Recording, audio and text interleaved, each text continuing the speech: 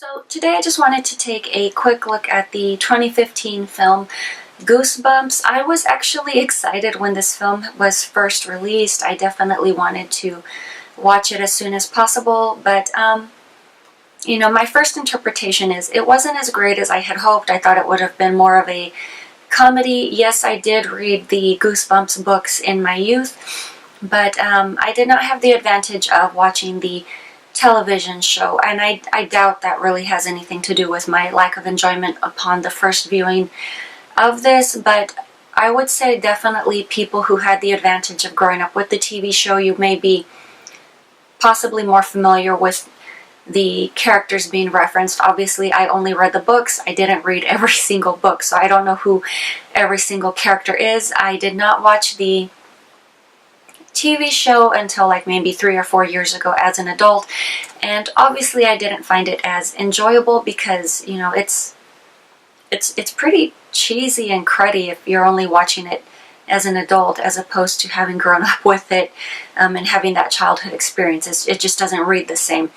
But yes, first time I saw this I really didn't like it. Upon rewatching it I did like it a lot more. So you do have Jack Black playing the character version of R.L. Stine, and for some odd reason, I guess you could say he has sort of a supernatural typewriter, which we later discover that pretty much brought these characters or these creatures to life. So he writes down his stories longhand apparently, and then as he types them up, that's pretty much when they take on form or take a life of their own.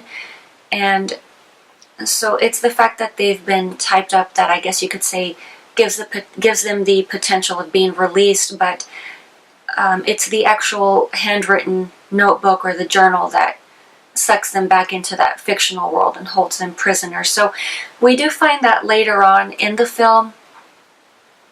Obviously there is a young boy who has moved next door. He's taken a liking to R.L. Stine's daughter. He really doesn't understand why. This man happens to be just so standoffish and I guess seems to keep threatening him to stay away from the home, the family, his daughter.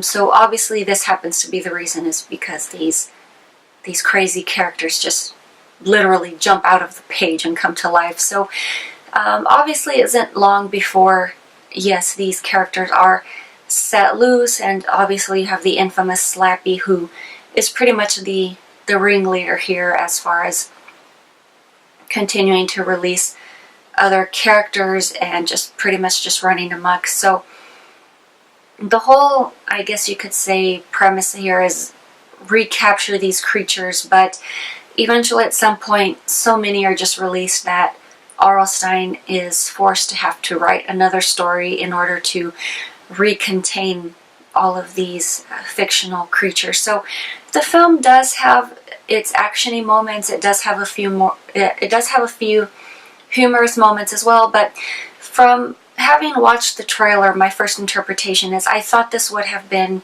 more of a comedy. Also, just the fact that you do have Danny Elfman, who is doing the film scoring.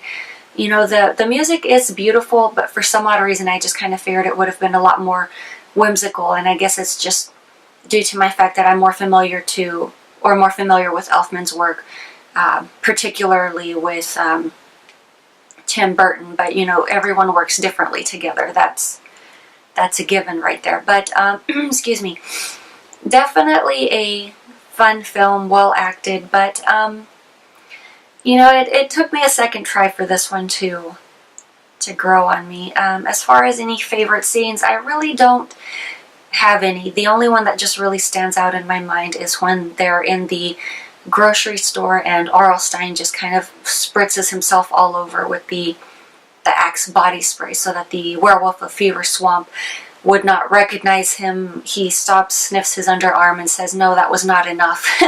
But